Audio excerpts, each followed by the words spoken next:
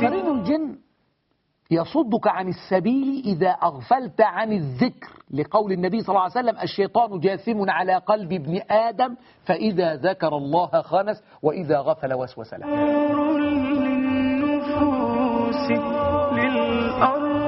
السلام عليكم ورحمة الله تعالى وبركاته. الحمد لله وكفى، وصلاة وسلاما على النبي الذي اصطفى صلى الله عليه وعلى آله وأصحابه وسلم أجمعين. أحبتنا الكرام، في حلقة اليوم نتعرف على أمر ربما نحتاج إلى أن نتعرف عليه أو نعرفه. كثيرا ما نسمع حتى في القرآن الكريم لفظة قرين، كتير قوي في القرآن الكريم بنسمع قال قرينه ربنا ما أطغيته ولكن كان في ضلال بعيد، وفي آية وقال قرينه هذا ما لدي عتيد. فإيه القرين؟ قرين ده إيه؟ عبارة عن إيه؟ الموقف إيه؟ أنتم تعرفون أن الله سبحانه وتعالى لما خلق الإنسان وخلق قلب الإنسان وضع في قلب الإنسان حظ للشيطان. كان كده في الشيطان في القلب موجود، هو حظ الشيطان من ابن آدم دايما موجود في القلب. بيستطيع الشيطان كأنه مركز اتصال، يستطيع الشيطان أن يؤثر على الإنسان من خلاله أو يتصل به أو يغير منه أو يحول من شأنه شيء. ولذلك انتم عارفين القصة بتاعت سيدنا النبي عليه الصلاة والسلام لما أخذه جبريل وهو كان من بين الغلمان فشق صدره ثم أخذ منه شيئا علقة من قلبه ثم قال هذا حظ الشيطان منك.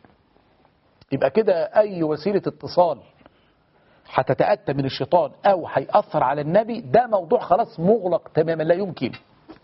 اتقفلت الحكاية دي عند النبي عليه الصلاة والسلام لأن الرسول بشر، فكان فيه كل ما في البشر وفيه كل خصائص البشر، لكن أخذت منه بعض الأشياء التي تفيد في نبوته ورسالته، لأنه ما ينفعش يحصل اختلاط من الجن أو من الشيطان على عقل الرسول أو على فكر الرسول فيحصل الكلام ده، لا. فكل بني آدم في قلبهم شيء هو حظ الشيطان من القلب، وهي كأنها الوسيلة التي يتوصل منها الشيطان إلى قلب الإنسان فيكلمه، يوسوس له، يعمل له أي حاجة. القرين بقى قد يكون من الجن وقد يكون من الملائكة، وجعل الله لكل واحد من البشر قرين من الجن وقرين من الملائكة.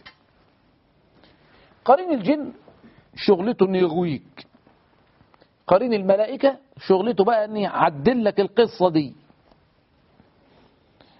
ومع هذا وذاك في النفس، ومع هذا وتلك في الروح.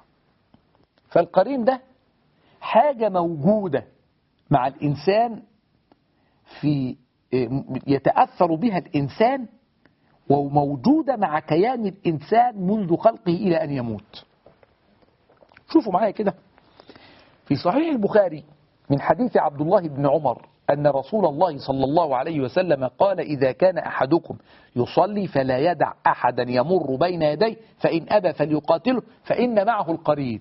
لو أنت بتصلي واحد عايز يعدي من قدامك فحاول تمنعه إنه ما يعديش، إن أبى بقى حاول تمنعه بقوة. بس القصة دي لها معنى إن لو واحد بيصلي مثلا في صحراء أو في مكان خالي أو بتاع، لكن إحنا لو في المسجد وبتصلي متلاحمين في الصفوف وفي صعوبة من المرور فينفع نمر من قدام، دي مسألة عذر يعني. لكن لو واحد فيه يقدر، أنت واقف كده وحاطط حاجة قدامك وبعدين في واحد عايز يعدي بعد العنزة أو بعد العصا يعني، أو الحاجة اللي أنت حاططها يعدي بعدها طالما الدنيا واسعة. لكن لو الدنيا في ضيق لا، يبقى ينفع ان حد ممكن يعدي من قلب السهول، لكن مش هو ده الموضوع. الموضوع ان الحديث دلل لنا على ان في قرين. في صحيح مسلم من حديث عبد الله بن مسعود رضي الله عنه ان النبي صلى الله عليه وسلم قال ما منكم من احد الا وقد وكل به قرينه من الجن. قالوا وإياك يا رسول الله؟ قال وإياي إلا أن الله أعانني عليه فأسلم فلا يأمرني إلا بخير. أنا عايز أقف عندي إلا أن الله أعانني عليه فأسلم. فأسلم دي ينفع نقول فأسلم وينفع نقول فأسلموا وننفع نقول فأسلم، 3 روايات. لو قال فأسلم يعني الله عز وجل أعان نبيه على هذا الجن فأسلم، أي فكان من المسلمين.